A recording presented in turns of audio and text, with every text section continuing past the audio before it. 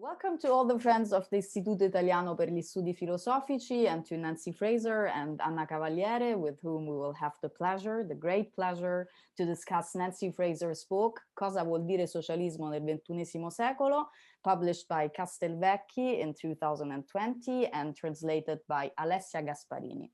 So first of all, I would like to thank you both for having accepted our invitation. Thank you for asking. It's a pleasure to be here and to talk with you both. Great. So let's start with the presentations. I am truly honored to introduce Nancy Fraser, who, as everyone knows, is one of the most prominent intellectuals of our time. She's a prolific author who always offers precious contributions on some of the most pressing political issues debated both at university and in social movements. She's professor for political and social science at the New School for Social Research, where she works on social and political theory, feminist theory, and contemporary French and German thought. And she's best known for her critique of identity politics and for her philosophical work on the concept of justice.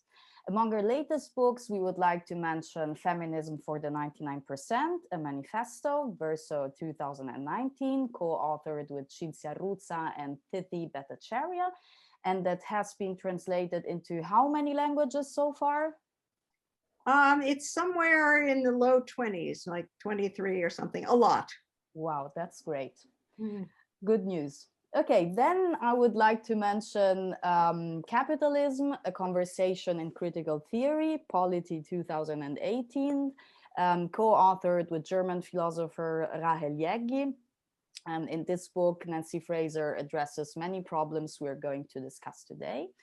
And last, but obviously not least, I would like to mention Fortunes of Feminism, from State-Managed Capitalism to Neoliberal Crisis, verso 2013. And yes, this book has become a true milestone in recent feminist debates. Here I can show to the Italian public the Italian version, edited by Ombre Corte. Okay, and now I would like to introduce Anna Cavaliere, with whom I will have the pleasure to conduct this interview. Anna Cavaliere is a researcher of philosophy of law at the University of Salerno, and is author of many books like Le ragioni della secolarizzazione, Böckenföhde tra diritto e teologia politica, Giappichelli 2016, and L'invenzione della povertà, dall'economia della salvezza ai diritti sociali, la scuola di Pitagora 2019, that we have already had the pleasure to discuss in another interview with Anna Cavaliere. And then I would like to mention a last book that Anna Cavaliere wrote about feminist thought, which is La comparsa delle donne, uguaglianza, differenza, diritti, Fattore Umano Edizioni, 2016.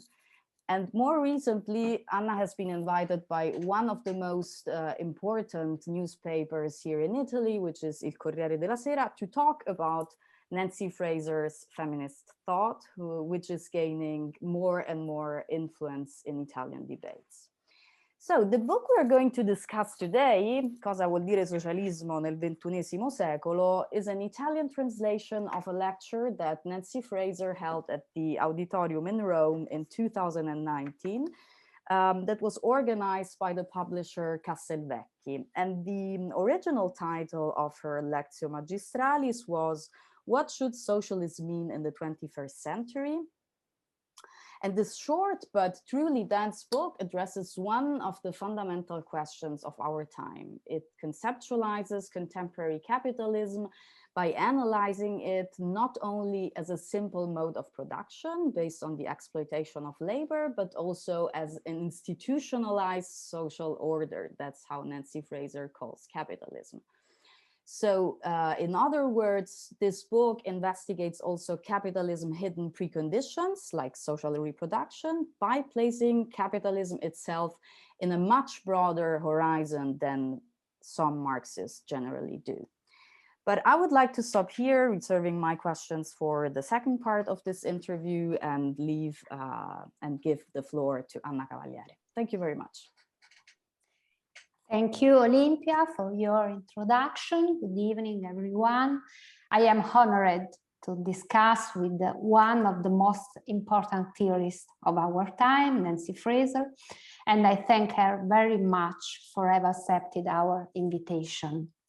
Speaking about Nancy Fraser, Etienne Balibar said that her engaged theory matters for collective practice, and their speculative effort set the agenda for transnational debates of vital importance. In recent years, some of Nancy Fraser's theories have been discussed starting from an important collection of essays called Fortunes of Feminism. This book has been translated into many languages, also into Italian by Ombre Corte. In my opinion, for the feminist reflection, the text has shown a sort of obligatory point of comparison. And in fact, secondary literature, starting from Fortune of Feminism, has multiplied in many countries, also in Italy. Fortune of Feminism was very rich, and it posed an important provocation to hegemonic feminism, that in the last years, feminism has not opposed a firm resistance to neoliberalism, and ending up fulfilling an unmaiden function with respect to this. Nancy Fraser's privileged political reference is represented in a particular way by a certain part of feminism, which, taking the biographies of white upper-class women as a model, celebrates female economic success. The manifesto can be considered the text by Sheryl Sandberg, Lean In, a world bestseller published also in Italy by Mondadori as Facciamoci Avanti. This faux feminism, as Bellux defined it, evidently underestimates the inequalities between women belonging to different social classes or groups who suffer discriminations with different matrices, multiple discriminations. Lean-in feminism does not understand that women are not a social class. According to Fraser, hegemonic feminism has waged an incomplete battle because it has interpreted injustice always as issues of recognition and never of redistribution. And instead, the social demands require a dual perspective analysis, leading to a strategy that combines redistribution and recognition. And exactly this point leads us to the topic we are dealing with today, contained in the book Cosa vuol dire socialismo nel XXI secolo. The book starts with a statement: socialism is back. For many years, following the fall of USSR, the tag socialist has caused some embarrassment among political elites and diffidence among ordinary people. But now, in different places of the world, political forces calling themselves socialists are born, and political leaders emerge who claim the socialist label, like Bernie Sanders or Alexandria Ocasio-Cortez in the USA.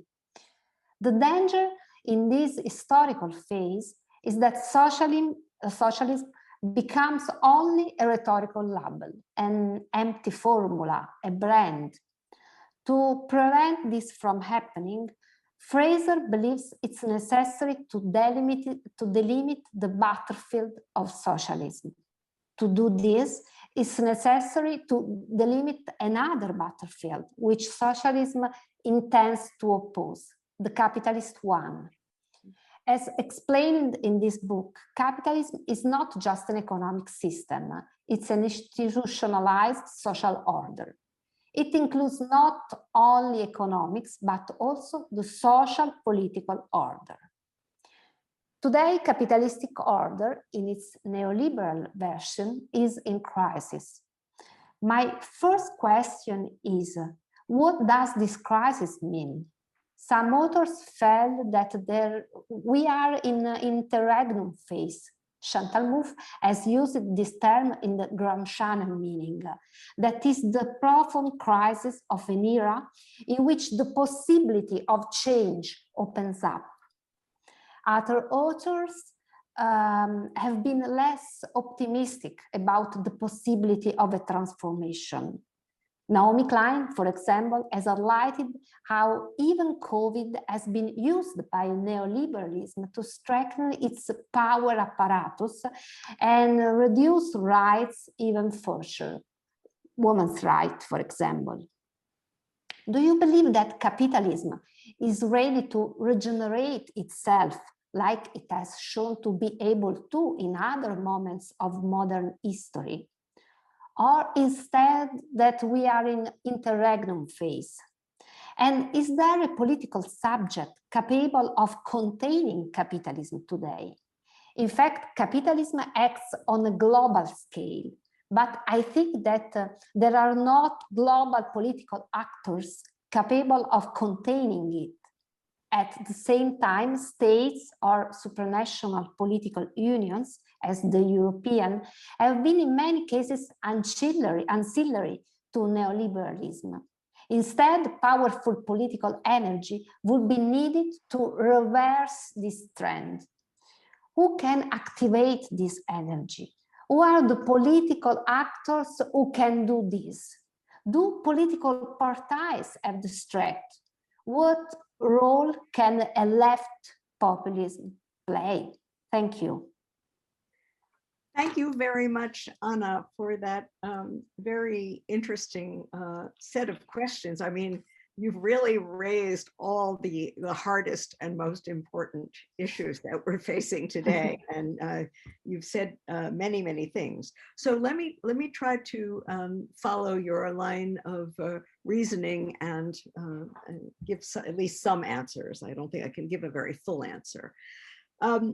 First of all, I do believe we are in an interregnum in Gramsci's sense, but I don't think that in and of itself has a lot to do with the question of optimism versus pessimism. So I want to separate these two issues. In 2017, soon after Trump won the presidency in the United States, I published an article called From Progressive Neoliberalism to Trump and Beyond in a journal called American Affairs. I'm not at all sure that this has been translated into Italian. Yeah. But there is a it has been translated.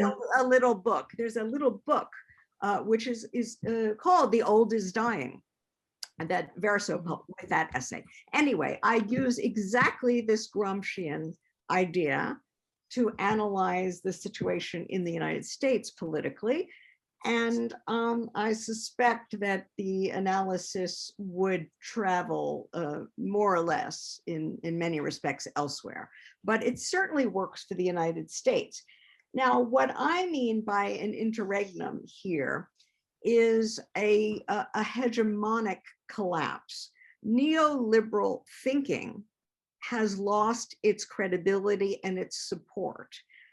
Neoliberal policy remains in force, but it doesn't any longer carry with it that self-evident, credibility that suggests that, of course, markets are the right solution to every problem.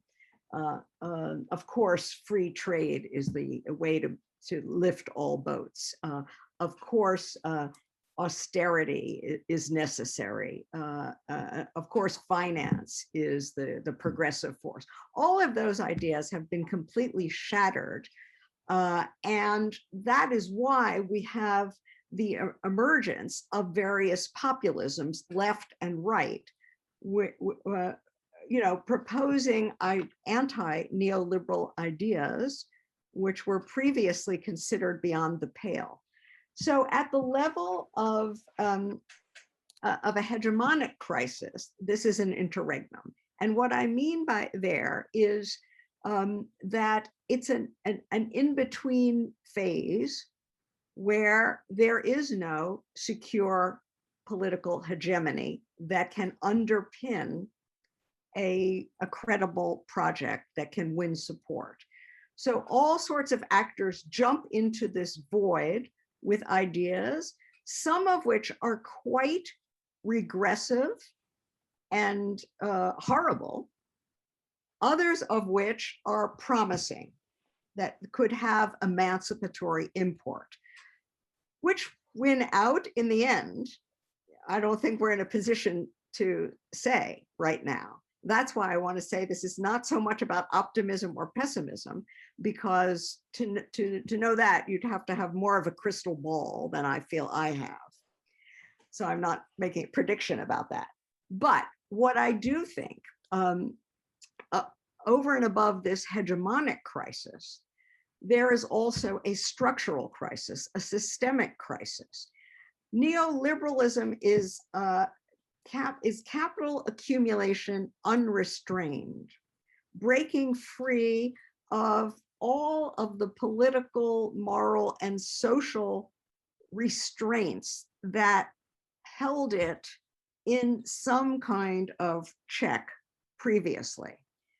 Neoliberalization basically supplanted the forms of state-managed or social democratic capitalism that were in force, at least in the wealthy North Atlantic regions of the world, and that managed to create some stability for at least some important segments of the population there, including working class segments. Neoliberalism destroyed that and just said, you know, go for it, capital, run for it, just gobble up everything in your path, destroy all the critical infrastructure, destroy the public care infrastructure, destroy, as we're now seeing in the wake of COVID, the public health infrastructure, just cannibalize everything in your path. It's just fine. Well, they've done it, and it's not just fine. We now face a multidimensional crisis at the structural level that includes economic crisis, financial crisis, ecological crisis, a crisis of social reproduction or care, and a political crisis. And I would say, and maybe we can come back to this later, that the current situation with COVID-19 is a kind of a textbook illustration of this crisis, of the way all of these different strands converge into one lethal mass of dysfunction, irrationality, and injustice. So if there's a structural crisis, there's a hegemonic crisis. Neoliberalization in any form is not a viable response to this crisis. It's the problem, not the solution. So we're not, I don't see a viable return to that could have any stability, which is not to say that the political forces that support neoliberalization do not remain in power in many places and are not, still a very strong political force to be reckoned with. On the other hand, if neoliberalization is not the solution, we don't see coalesced any alternative option on this so-called populist side. Social democracy in the form that we enjoyed it, or at least some of us enjoyed it before, is not a solution either. Obviously, any solution that remains within a national state frame is problematic, both pragmatically, because it simply creates the race to the bottom, right? The capital goes elsewhere and so on and so forth. And also from a normative point of view, it basically, social democracy was viable only insofar as it was transferring wealth from what was then called the third world, or we can now call the global south. That's not viable. And then, of course, we have global warming. And that's the real, I think, at this point, the ticking time bomb that throws everything into question. So this is precisely an interregnum in the sense of a severe crisis without any shared common sense, certainly not any shared good sense, that could create a point toward a solution. Now, you ask whether I think capitalism will regenerate itself.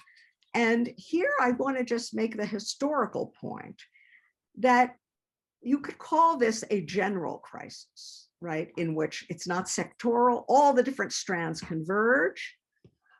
I would say, and when you ask whether capitalism can regenerate itself, then I would say we could rephrase that question using categories that I associate with the Binghamton school of people like Emanuel Wallerstein or Giovanni Arrighi. Is this a developmental crisis or an epochal crisis? A developmental crisis is specific to one regime in capitalism, and its resolution could be a new regime within capitalism. Every previous general crisis in the history of capitalism has turned out to be developmental in that sense. The crisis of mercantile capitalism was resolved more or less by the emergence of the liberal laissez-faire colonial capitalist regime in the early 19th century. The crisis of that regime was resolved by the creation of this state-managed or social democratic regime of capitalism. And that the crisis of that regime was resolved in turn by neoliberal financialized capitalism. So here is a case where people living through the crisis thought, many of them, that they were living in the terminal crisis of capitalism. It turned out they were mistaken. As you suggested, capitalism proved to be much more inventive, much more capable of self-renewal, of self-transformation than was thought. And instead of leading beyond capitalism, the crisis, I'm leaving the communist world out of this for convenience sake, we could come back to that later, but the crisis turned out to be resolvable by the creation of a new form of capitalism. Now, the question you're asking is that where we are today? And I don't think we can know for sure, actually. I think people only discover the answer to that question post hoc. But we can still maybe, even if we can't know for sure, we can still maybe speculate a bit. And I think that it's likely that some aspects of our crisis might be regime specific, that is developmental. And perhaps we could imagine a new form of capitalism that might address these issues, never perfectly, but in a patch-up mode that would more or less restabilize the system. But the one thing that I think presents the biggest challenge to that way of thinking is global warming.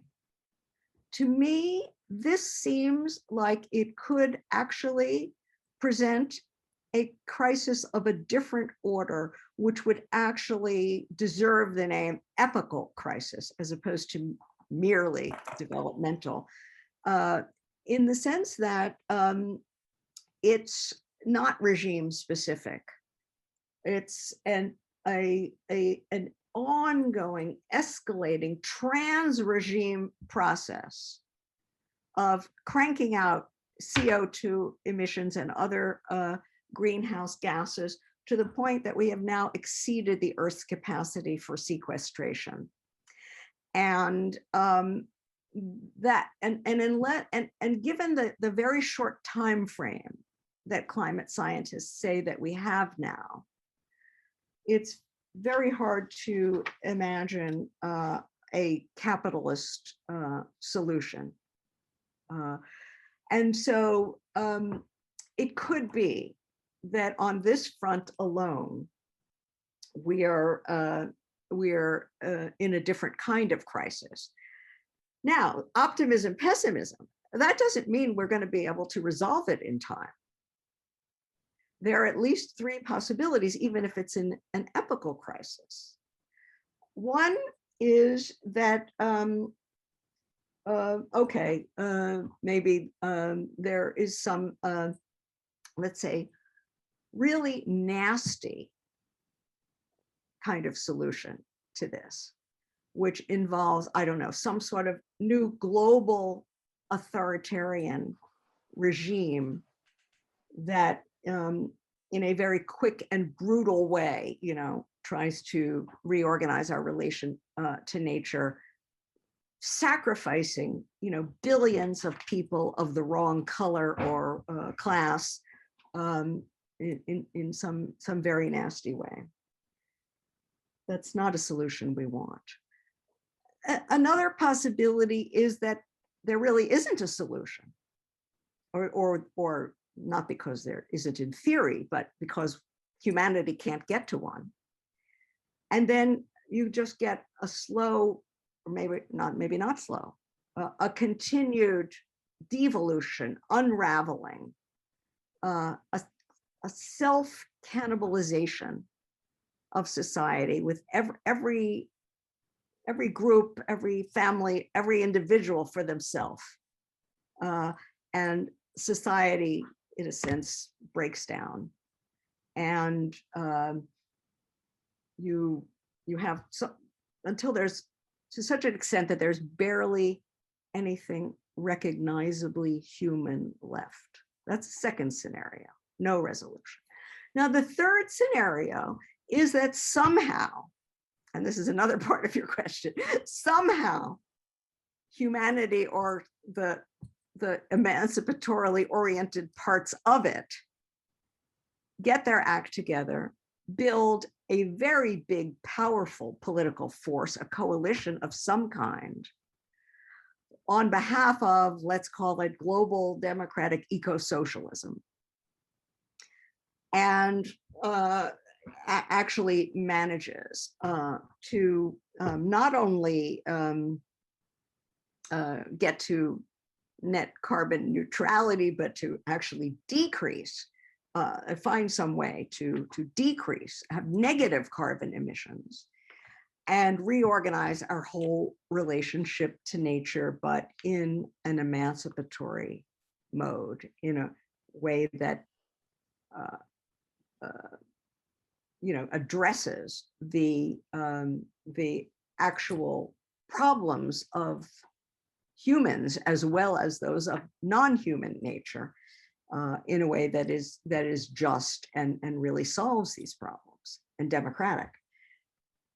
If those are the three, let's say, non or post-capitalist possibilities, then, and I conclude, we don't know which of those three will happen, but I feel very sure we better start fighting like hell for the third one, right? It's not a prediction, but it's a categorical imperative, so to speak. Okay. And I just wanted to say, if I could take that maybe back to your point about feminism, and the feminism of the 1% versus the 99%. I mean, so far I just spun out that whole story, putting the ecological strand of the crisis at the center. But what I strongly believe is that all of the strands of this crisis are deeply interwoven and intermeshed with one another, and that none of them can be addressed by itself. And that's why I would say that single issue environmentalism is deeply problematic in exactly the same way that single issue feminism is deeply problematic. Because the nature of the capitalist beast, this form of social organization, is one that essentially involves several analytically distinct but conceptually, or no, let me put that to conceptually distinct but practically intertwined contradictions and crisis tendencies. The gender aspect of this order, which institutes a sort of contradiction of capital between the imperatives of production and those of reproduction, which leaves us always in a state of potential crisis of social reproduction and care. A state of crisis that now neoliberalism has realized in a particularly virulent form. That is never the only crisis tendency in the works. It's always cheek by jowl connected up with the ecological dimension or the dimension of political crisis, of economic and financial crisis. So we've got one big hot mess here in which all of these things are entwined. And that means that any attempt to zero in on one aspect of the crisis alone and insist that everybody drop their other concerns, as if we could, in a Leninist way, hegemonize everything around one contradiction. That's politically unviable, and it's also unviable from a structural point of view.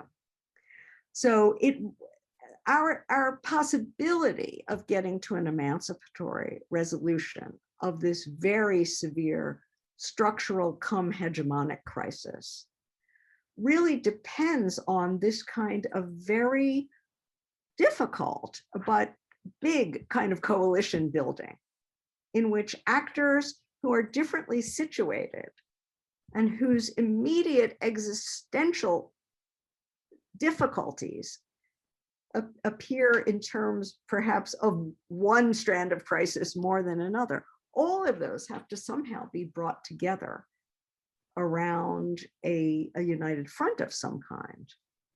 I mean, I could say more about the left populism side of that story, but I'm worried that maybe I'm speaking for too long in response to only one question so far. But it was such a big question that there was a lot to say about it. But would it be best if I stopped now and we came later to the? As you want. We have a lot of time. Yes, I would say feel free to say anything you want to say, bearing in mind that it's you, the one who has to say after a while, it's too much, I would like to stop here. So if you want to go on, please go on. Well, I'll just say a word about left populism. As I said, in this interregnum, which is a kind of a vacuum with respect to a single authoritative hegemonic political common sense, in that vacuum, we have seen the emergence of various populisms.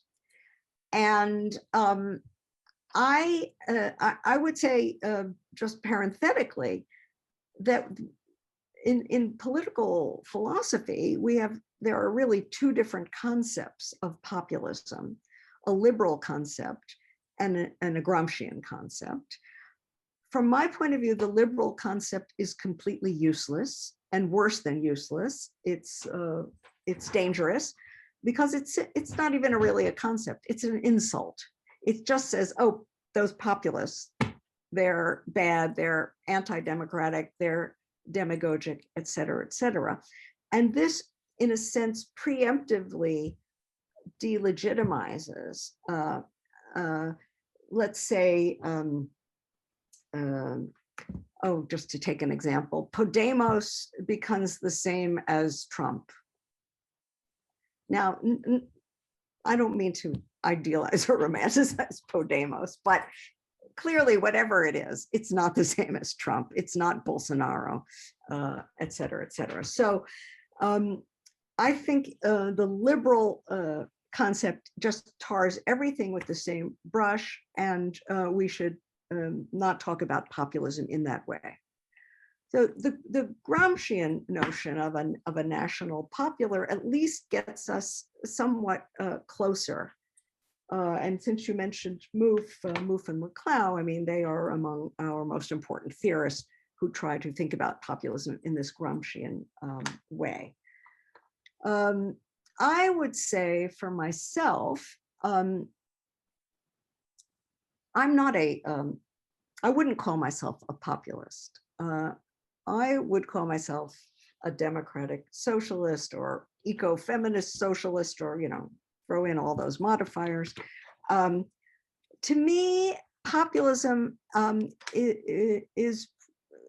could be, it's not that useful or not useful, it's happening.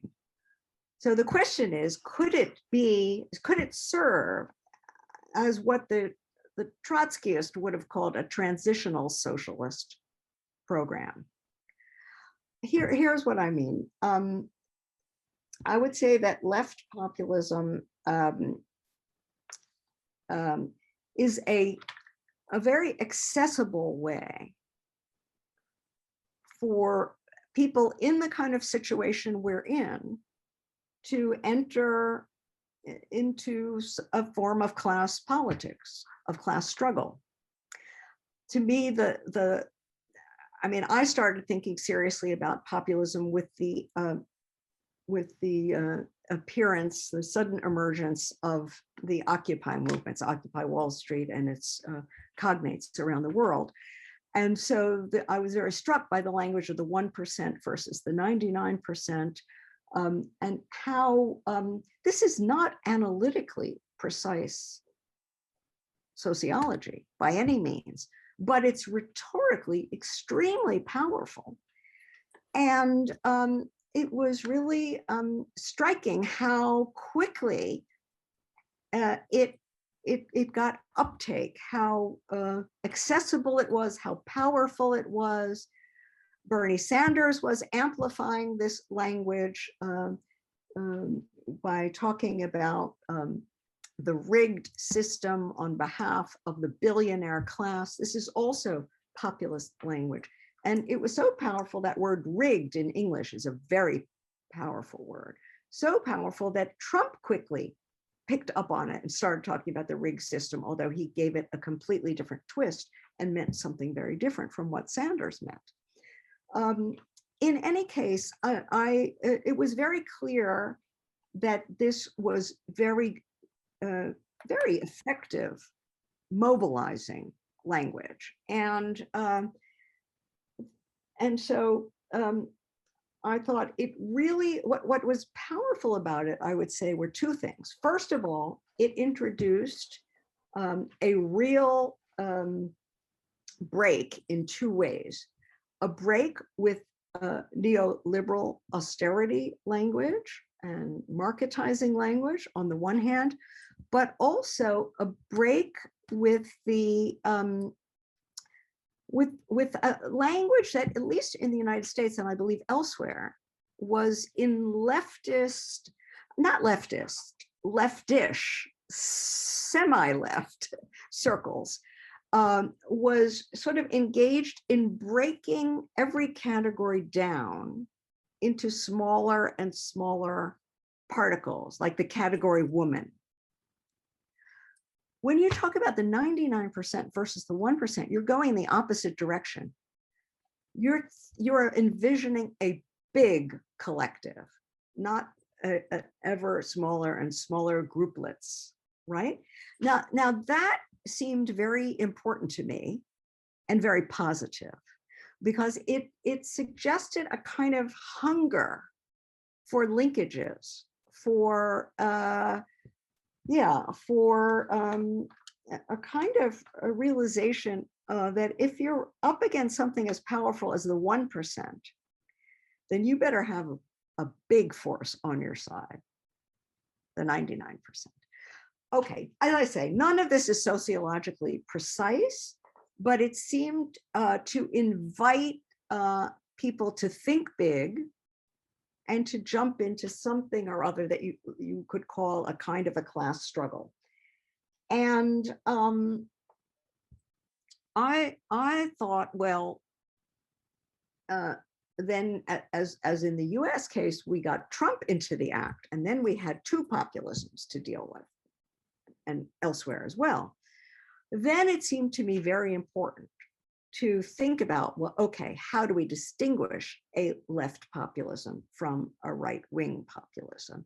And I did a little bit of work on that. I think I'll, in the interest of trying to wrap this up, I won't say it, but I do have an account of how to make that distinction. But the real question is whether left populism can win victories, can win enough support to grow and develop or not. And so far its track record is not great. We have to say that the right-wing populists have grown more. But not only can it grow and can it win victories, can it actually educate people? Can it give people an account of what this rigged system actually is, who is rigging it and how, and what needs to be changed to unrig it? And here I'm not convinced that left populism, we come back to that problem of the sociology. I'm not convinced that left populism is actually capable of that. I think it might need a lot of help from the Marxists and the Marxist feminists and the eco-Marxists. I mean, I think that a movement that can rise to the level of sophistication that we need today is going to need a much more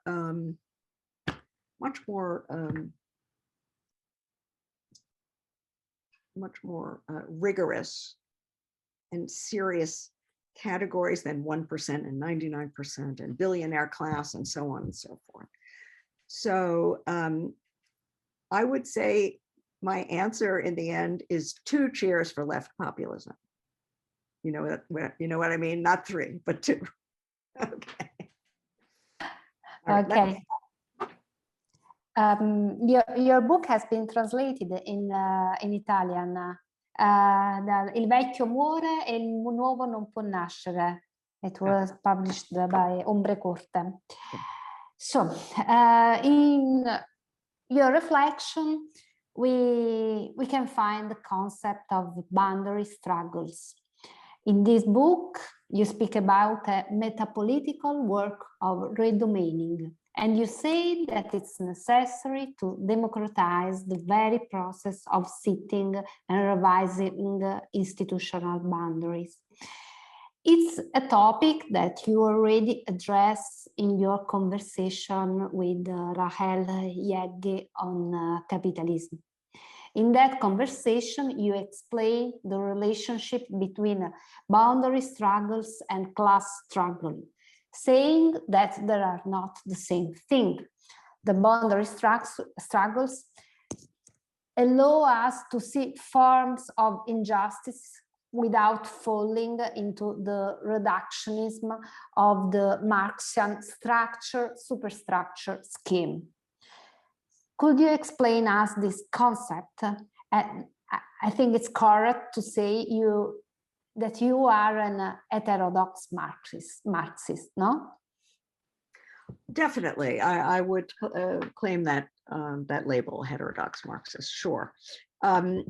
So the way I would answer your question about boundary struggles would be to go back to comments that Olimpia made at the very beginning, which is my idea of capitalism as an institutionalized social order is one that involves trying to look at the necessary conditions for capitalist production and accumulation, these are things that are defined as being outside the official economy, and therefore as not being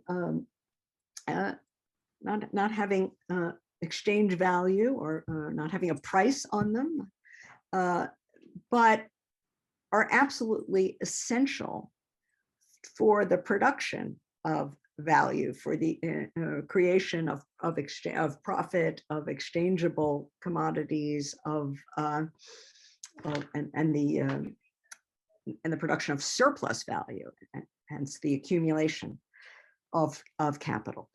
And as Olimpia noted, I've really identified 4 things that fall into this category, without which you couldn't have capitalist production and capital accumulation. And they are the work of social reproduction, much, though not all of which, is unmonetized, is uncompensated, and the lion's share of which is still performed by women. Men do some of it. I don't mean to say they don't do anything, but it's still a sort of feminized occupation. Then there's the natural processes, ecological reproduction, so to speak, the natural processes that make available energy, raw materials, sites for disposal of waste from production. Without that, you don't have capitalist production or accumulation. And then there are all the public goods and public capacities, forms of state regulation, legal orders, repressive forces, infrastructure, all those public goods without which none of this happens. And finally, there's a whole body of wealth that is expropriated in the form of land, of unfree labor, of all the forms of expropriable wealth that are not within the official economy, but that are within the reach of capital, who can scarf it up and make use of it, and on the cheap, so to speak, without having to pay its reproduction cost. So this is a bigger picture of capitalism. It's not an economy, but it's, as Olimpia says, an institutionalized social order. And as such, it depends upon there being a lot of institutional divisions. We divide reproduction from production in capitalist society.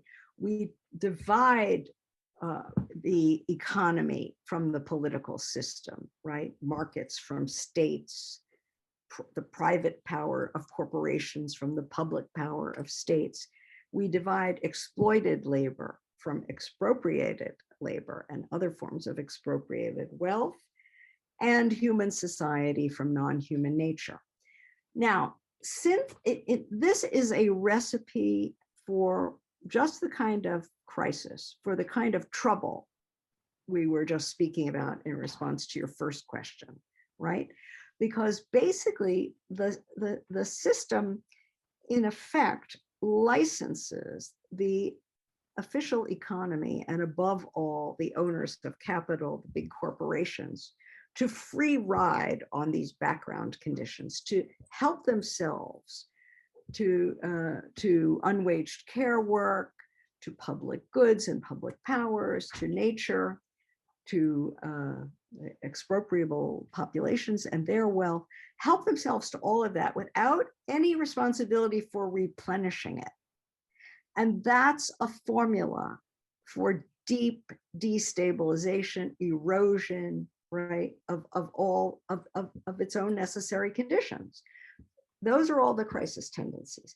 It makes perfect sense then that these boundaries between production and reproduction, economy and state, society and nature, exploitation, expropriate, that all of these boundaries would be big sites of trouble and sites of struggle.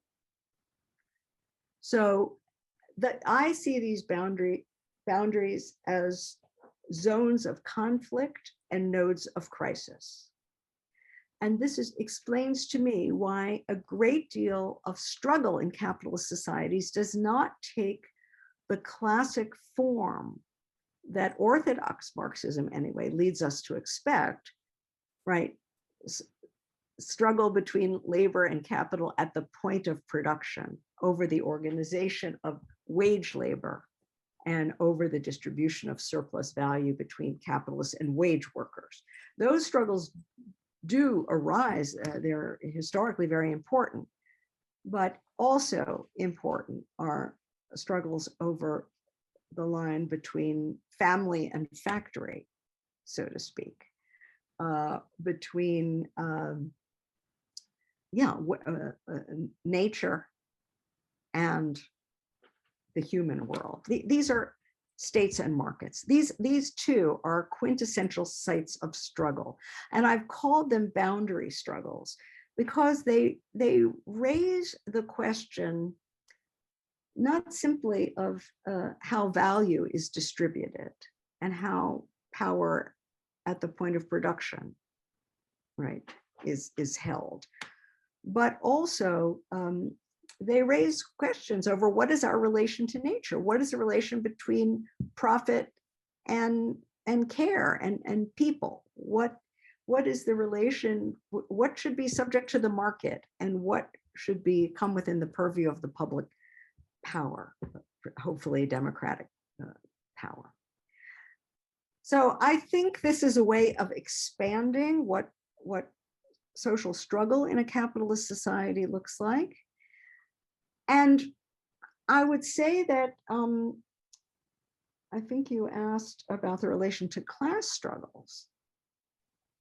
These struggles that I've just called boundary struggles are highly structured by questions of class, right? They have an inescapable class dimension.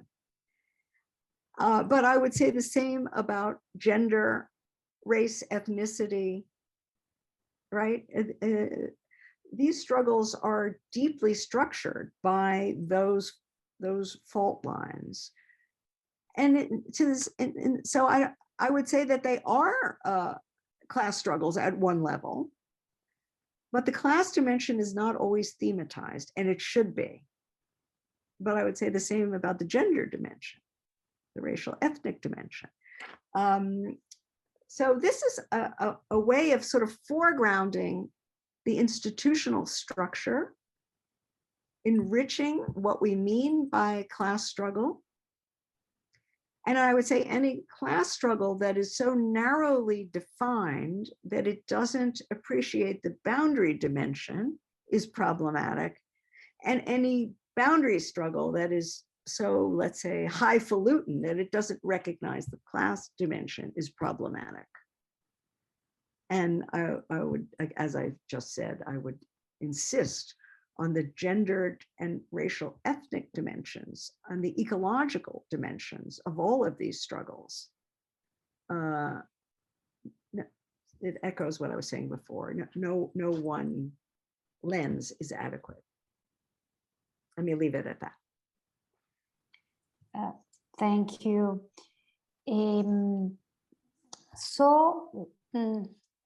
We have to believe that there are decisions that are not merely economic or technical, but rather political decisions for excellence.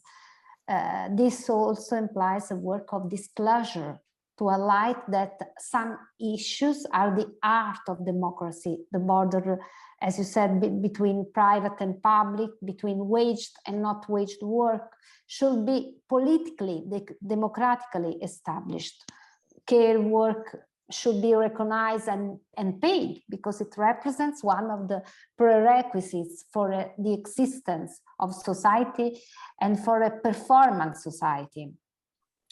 So we can say that traditional Marxism gave us the possibility to explore the hidden abode of production. Thus, feminism offers us the method to identify the hidden abode of reproduction. In other words, and this is my last question, it's possible to see different form of exploitation and expropriation thanks to feminism. Thank you. Thank you. And thank you for taking me back to that political point, which I dropped. I forgot to mention in response to your last question, this point about redomaining. I mean, just to go back to that for a second, what I really wanted to say about this question of boundary struggles is that if you look at capitalism that way, and you look at the potential for anti-capitalism in terms of these boundary struggles, then we get closer to figuring out what socialism should mean now, today, in the 21st century, because it means that we have to do a lot more than simply socializing the ownership of the means of production. We have to actually do more than reorganize the domain of production. We have to rethink the whole relation between production and nature, between production and reproduction, between production and political power. So that's what I meant by that one task for socialism is reimagining that whole institutional order, which I use this term that legal theorists are now using, redomaining. They do it in terms to what are the right legal jurisdictions and so on. But I'm saying what should be within the realm of production, what should be in the realm of reproduction, what should be political, what should be, because I don't believe that socialism today can be about the total elimination of markets, but what should be subject to market exchange and what should be public goods and so on and so forth. And you're absolutely right to say that that those questions in socialism for us will become political questions. They need to be decided politically in some democratic way. And that's why feminism has to be a very important part of that conversation, because feminism, look, there are many different kinds of feminism, as you know, and as you rightly said, I've developed rather, let's say, harsh criticism of a kind of professional, managerial, career woman type lean-in feminism. But the kind of feminism that you just spoke about, which identifies the hidden abode of reproduction, that is even more hidden than what Marx called the hidden abode of production, but that is the condition for the possibility of production. I mean, that's a very profound kind of feminism, because it's one that points to the whole structure of the capitalist order. And yes, it makes it possible for us to understand why gender is so central to capitalist societies, because of this structural division that didn't exist in previous societies, actually, between production and reproduction. Earlier, these things were all mixed up together. And even though women were assigned different kinds of work than men, their work was visible and part of the same social universe. With this division between production and reproduction, which we owe to capitalism, gender becomes entrenched in a structural way, in an institutionally structural way in society. And therefore, I would say gender asymmetry is built in to capitalist society every bit as deeply as class oppression and exploitation is built in. So yes, it gives us access to another form of structural asymmetry and structural injustice.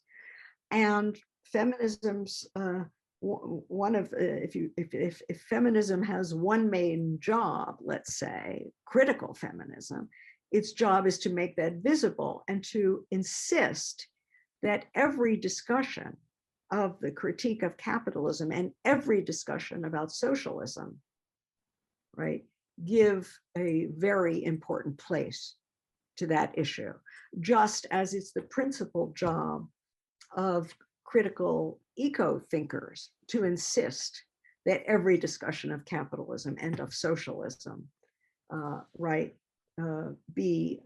give an important place to this role of the sort of natural processes that are necessary to sustain the whole operation, which were unfortunately really overlooked by the forms of communism that developed in the Soviet model, for example. And yeah, we can say that it's the job of anti-imperial and critical race theorizing, et cetera, to make visible the hidden abode of expropriation beneath that of exploitation, which corresponds to the global color line and has a very important racial ethnic dimension. So the point is that the expanded view of capitalism that I've developed, I think has the merit of putting all of these balls in play, in the same game, in the same picture. And that creates a huge political challenge is, okay, how do all of these perspectives on the critique of capitalism and on what socialism should mean, how can they be in the same conversation, in the same coalition, in the same worldview? Because they have to be. None of them by itself. Anytime, to repeat what I said before, anytime you limit yourself to one of these lenses, including the feminist, you will end up inadvertently foregrounding a perspective that is the partial perspective of a privileged group for whom the other concerns are not existential. And if those other concerns are not existential, it's because of privilege, right? So same thing about single issue environmentalism, the forms of anti-racism that are not class conscious and class sensitive and gender conscious. Yeah, so absolutely. A feminism for the 99% is one that is interested in the way all of these various hidden abodes are sites of predation, injustice, oppression, and have to be thought together. Thank you so much. And I give the floor to Olimpia. Thank you so much. Thank you, Anna, and thank you, Nancy, for your profound answers. I would like to focus a little more on these 4 different background conditions of capitalism we were talking about. And maybe I can repeat in a nutshell what we have said so far. So your idea is that capitalism shouldn't be considered as a mere economic system, we said, grounded on a certain mode of production and based only on labor exploitation. On the contrary, in your view, capitalism rests on these hidden preconditions we were talking about. So these hidden preconditions can't be considered, if I understand it rightly, neither simply natural nor exclusively non-economic. And without these preconditions, there could be no profit-seeking economy at all. So in this respect, you have identified these 4 spheres, the sphere of social reproduction, which, as you said, makes male domination possible, the sphere of human and racialized expropriation, the exploitation of nature, and finally, a political and legal sphere which sustains capitalism. So that said, are these divisions specific of today's capitalism, or are they distinctive for any kind of capitalism? To put it in other words, shall we consider them as, let's say, ontological features of capitalism? And if so, do they change in intensity in the course of capitalistic history? That's my Great. question. Yeah, thank you for summarizing all that so nicely. And my answer is yes, that they are, I wouldn't use the word ontological, but I would say they are constitutive for every form of capitalism. This is part of my definition of what a capitalist society is.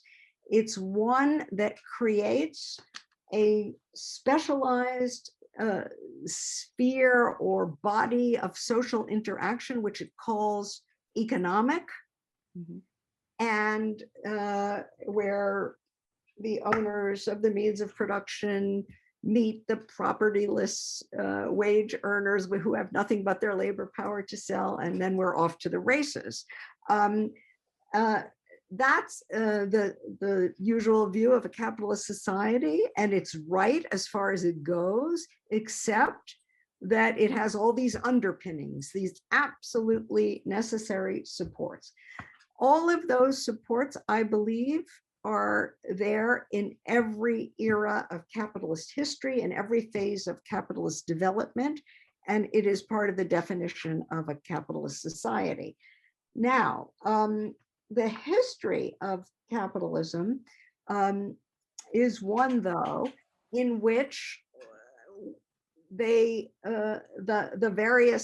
so-called economic foreground and its various background conditions relate differently or are constructed differently.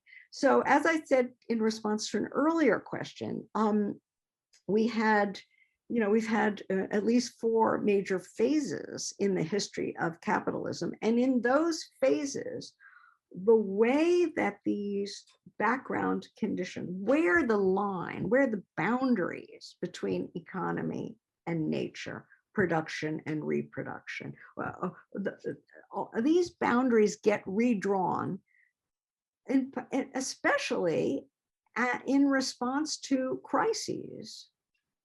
And as a result of social struggle around the boundaries, right? I said before that this is an arrangement in which essentially capital is incentivized to gobble up, to free ride on its background conditions until things become so problematic that people start to say, hey, no go, we're fighting back. We don't want to live this way.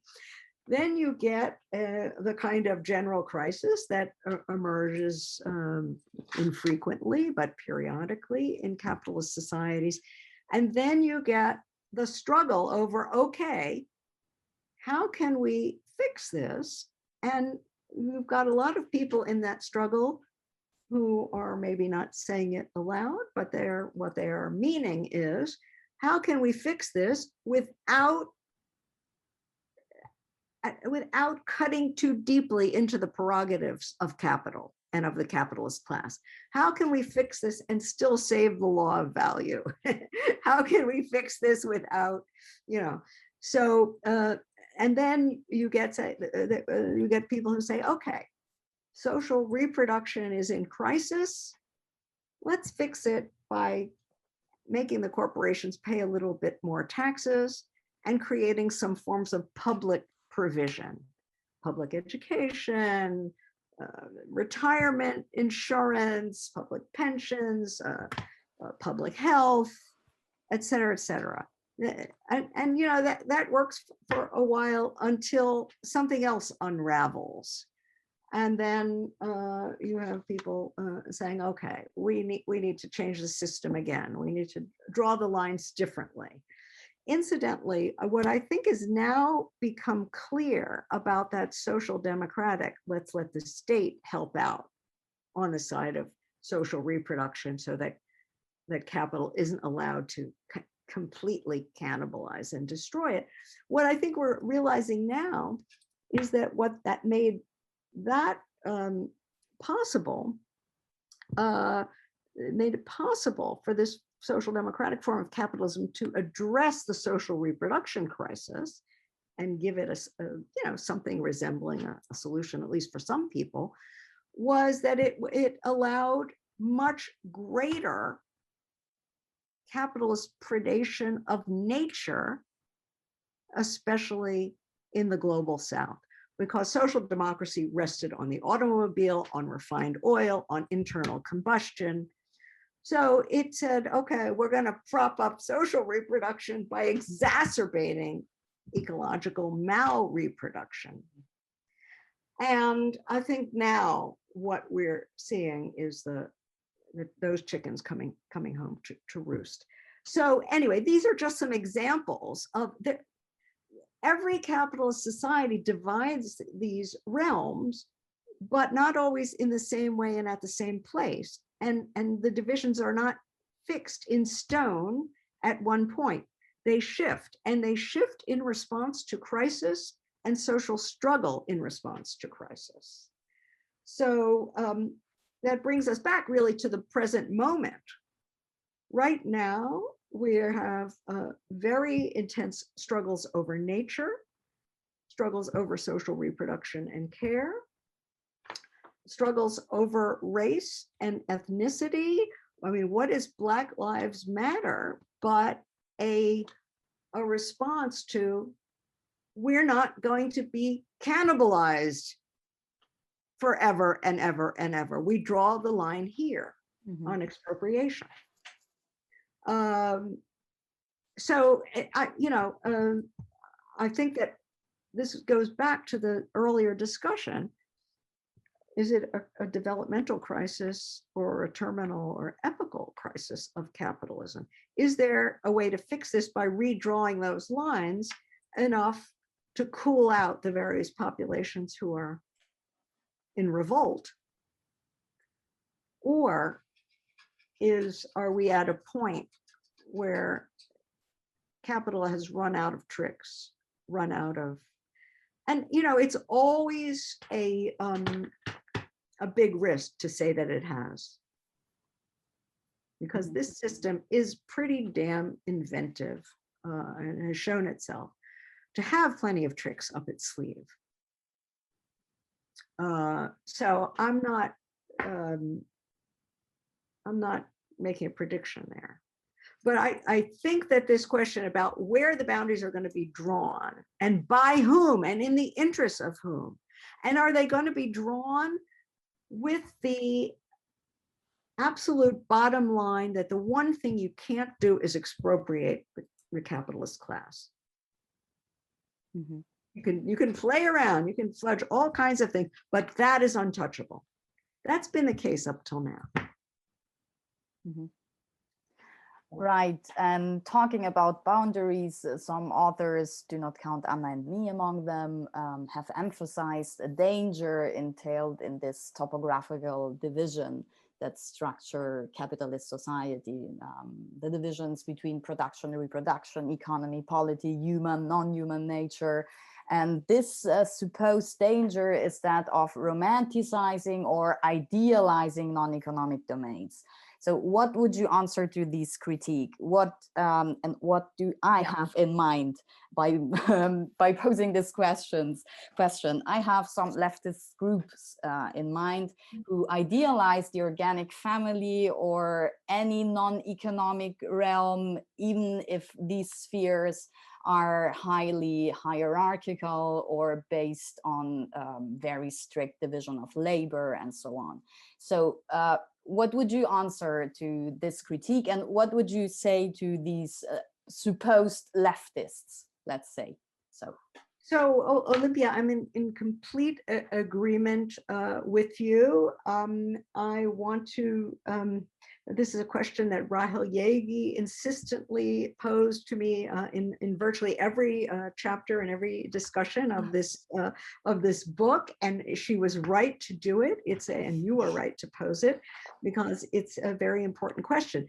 But I want to assure you, as I tried to assure Rahel, that I am not signing on to this picture. I know that these background conditions are somehow pure reservoirs of anti-capitalist innocence and goodness. No, on the contrary, the point is, when you divide production from reproduction, these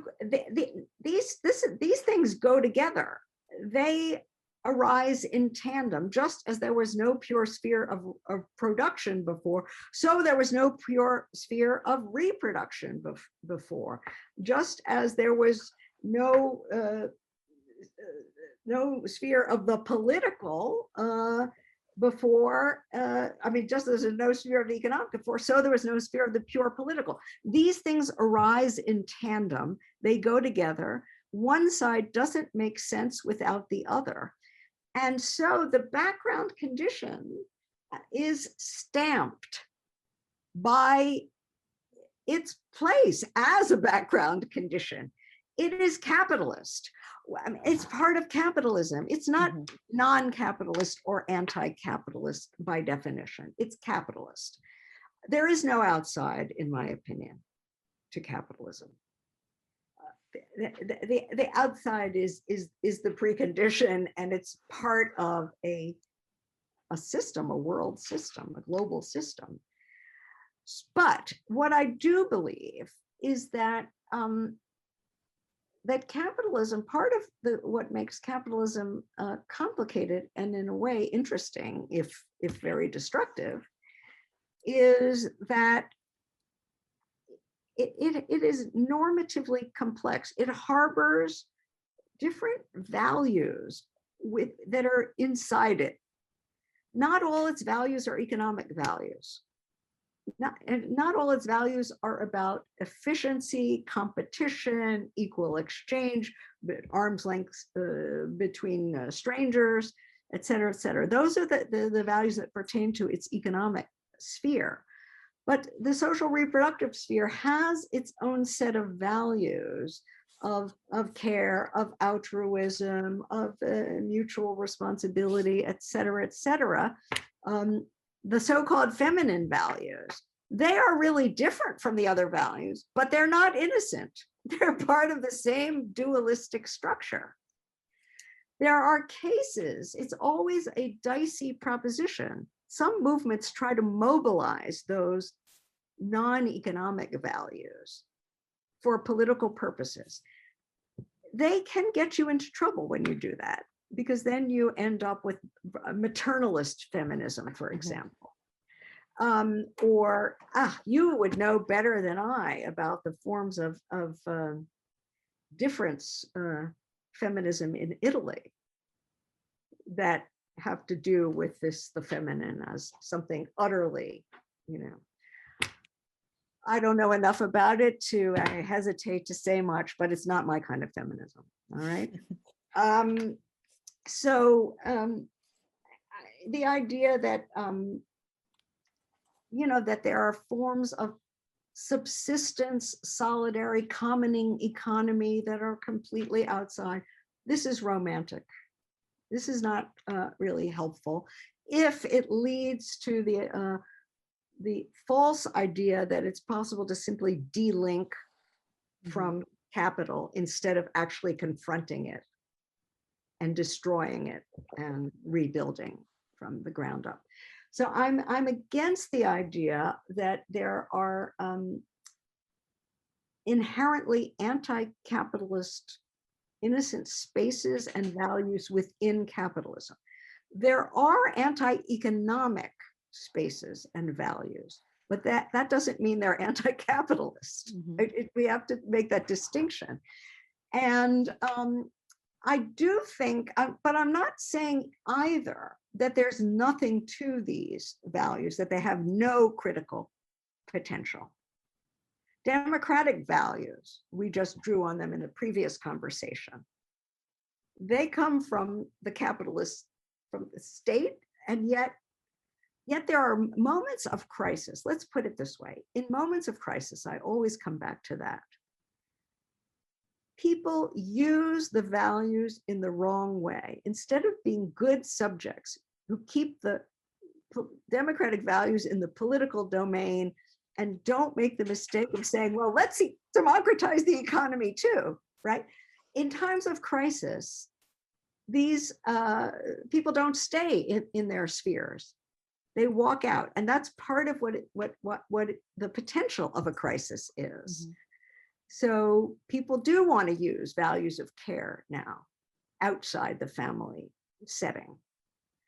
This is interesting. I'm not saying it's a panacea, a solution to everything, but this is interesting. This is part of the sort of turmoil of the opening up of possibility. And what we always have to add, that the opening up possibility also means the opening up of forms of brutal white supremacist, misogynists and other kinds of things as well. So again, all right, leave it at that. Okay. Okay, thank you very much for this articulated answer. Now that we have dwelled on the theory of capitalism and socialism, I would like to shift our attention on more concrete, let's say, more concrete political matters by talking about something we have never mentioned, which is the Green New Deal. So let me make some additional theoretical premises first. As we know, one of the core features of today's neoliberal capitalism is the encapsulation of the economic domain, which is rigidly kept apart from political interferences. And this creates an even deeper vacuum between politics and economy on the one hand, and between society and government on the other. And in this respect, you write, I would like to quote you, capitalism institutes a structural division between the economic and the political. The effect of this division is to truncate the scope of the political, expelling from the public agenda a range of life and death questions. Devolving these matters to capital, capitalist societies offer only a poor and shrunken facsimile of democracy. You were talking about democracy 1 minute ago. So one of the main concerns of the democratic socialists of America is precisely to replenish this vacuum. And in order to do this, they have recovered some of the core ideas of Roosevelt's New Deal. And here I would like to mention some of the most important measures proposed by the DSAs that everyone can read on their website by searching DSA's Green New Deal principles. So for those who don't know what the Green New Deal is. In a nutshell, the Green New Deal aims at democratizing the control over energy systems and resources, at creating millions of public jobs, while also expanding support for healthcare, education, and domestic work. It envisions an empowerment of workers' rights, the introduction of paid parental leave. It aims at decolonizing. It strives for a future of international solidarity. And lastly, it aims at enhancing participatory planning and democratic decision-making. So my impression is that these ambitious statements seek to transform both what you call the realm of capitalist production and what you call the background conditions of possibility of capitalism. In fact, it isn't only directed at transforming the relations of production, but also those inherent to social reproduction. And finally, it aims at abolishing the expropriation of wealth and the exploitation of nature, and it aims at redesigning democratic decision-making on a large number of issues. So to sum up, the Green New Deal seems to me to tackle precisely all the preconditions of capitalism that you mentioned in your book. So do you think, I don't know if you agree with me, but do you think that the measures contained in this Green New Deal bear the potential to transform capitalism as an institutionalized social order? Are these premises capable of preparing the ground for a gradual overcoming of capitalism? Great. Thank you. I just want to tell you that for people who are watching this, I mean, if they're, I don't know if they are watching this now, but I put— Not now, but they will. Oh, okay. I put into the chat the link so that people could click on it. But you can do that when you— Yes, of course, I can. Okay, anyway. So what I want to say is, first of all, let me just tell everyone that the current issue of New Left Review contains an essay of mine called Climates of Capital for a, what is it called? Something like for a trans-environmental eco-socialism.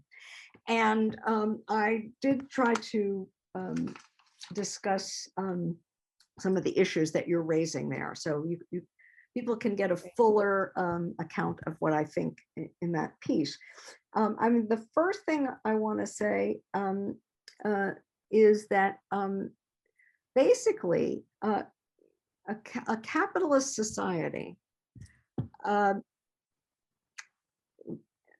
basically assigns the job of organizing production to a class of people who are incentivized to trash nature. The whole incentive structure of the system is such as to prime this class to take what's to hand in nature that they can use to make a profit with zero responsibility to replenish or repair what they take, repair any damages that they make. In effect, this social system gives that class of people the lion's share of power over air and water, land and minerals, oceans and forests, the atmosphere, the climate. This is how this system works. In other words, it gives capitalists means, motive, and opportunity to destroy nature, to destroy the planet, I should say, to render it uninhabitable, which they have done essentially and are doing. So this is a very pressing problem, and this problem is deeply caught up with capitalism. There have been plenty of other non-capitalist societies that have created, by their own actions, real environmental damage.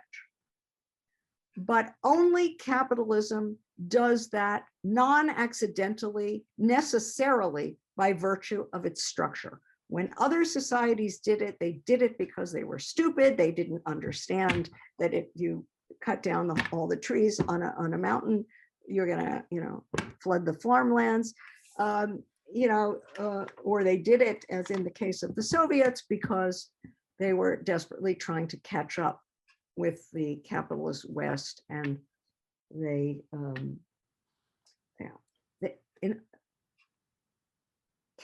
only capitalist societies have a built-in, non-accidental, structurally necessary tendency to create ecological crisis. So there is no solution, in my opinion, within capitalism to the ecological crisis. I would say, you ask about the Green New Deal specifically, I would say that today we have three major currents of environmental movements on the side of potential emancipatory practice. I'm leaving out green capitalism and eco-populism like Marine Le Pen and so on and so forth. I think the three are the one you mentioned, the Green New Deal, degrowth activism, the Greta Thunberg, for example, can stand for that, and the whole range of environmental justice movements that include indigenous movements struggling to stop pipelines, and all sorts of movements that target environmental racism, and so on and so forth. Each of these three, let's say, wings of the current eco-politics has some real insights, and each of them has some blind spots. And for me, the trick is to figure out how to create a kind of anti-capitalist common sense that understands the centrality of capitalism in a way that each of these three currents can sort of find a place, can find a road to travel together on this kind of anti-capitalist or eco-socialist toward that kind of solution. In the case of the Green New Deal specifically, DSA's version represents the left end of the Green New Deal movement. There are also, well, it's a complicated question, but let's just say, let's say for sake of argument that the DSA version is an eco-socialist version. There is also a social democratic version of the Green New Deal that is very much tied to the classic social democratic idea that you can tame capital and don't have to abolish it, that the state can serve two masters, and so on and so forth. And there are other trade unionist versions of it that are into big construction projects that have a very limited idea of what the working class is, and don't see the Green New Deal. They see it as tied to physical infrastructure and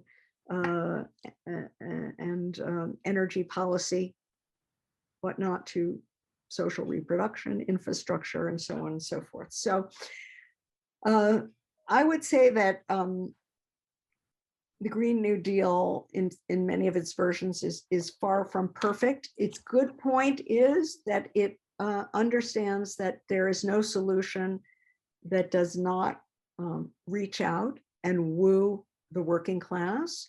The problem is, what do we mean by the working class? Who's in it? Is it only those people wearing the hard hats, or right? It understands the importance, also in favor, insight in the Green New Deal is that it understands the importance of strengthening public power against corporate power. That's good. Now, the problem is that the public power here still means in this case, the US state. And that's not an adequate answer. The New Deal is a state territorial project, and climate change cannot be solved by that limited idea of public power. But I could also point out insights and blind spots in the other two currents. The degrowth current has on its side the willingness to first of all, to explore the relation between extractivism and imperialism. That's very important. It has the willingness to call for a very deep rethink, deeper than the Green New Deal, of our relation to nature. That's good. On the other hand, it confuses the question of what must grow in capitalism, namely value, with what should grow and cannot grow within capitalism, namely goods and relations and capacities that make a good human life possible, including for billions around the globe. I mean, to talk about stopping to grow is a problematic way to talk, unless you're talking about, yes, we have to stop surplus value from growing.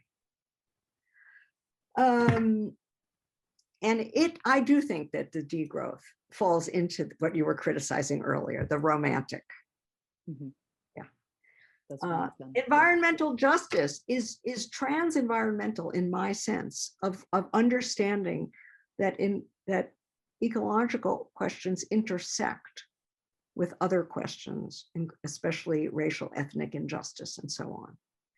That's good. But insofar as it's overly focused on the disparities, how people of color are always getting it even worse than poor white people, that also can lead you down a problematic path politically.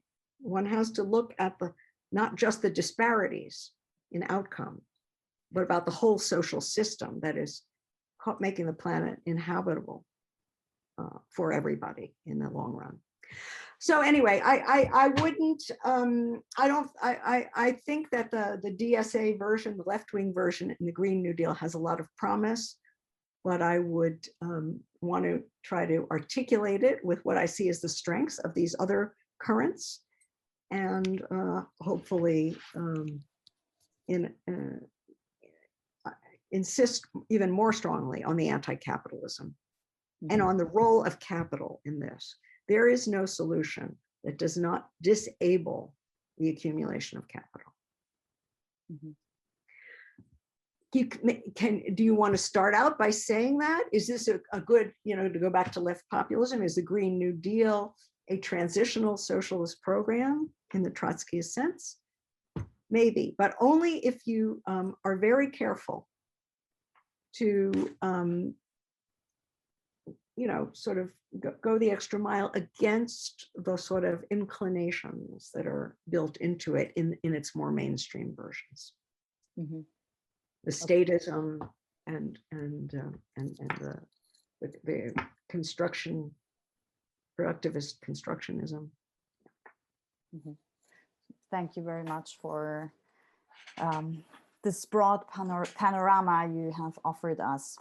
To conclude, I would like to ask you if you could recommend us some books on the subjects, on the topics we have addressed today. I know it's very difficult because we have talked about almost everything, but I don't know, maybe on climate justice, on socialist theory. Right.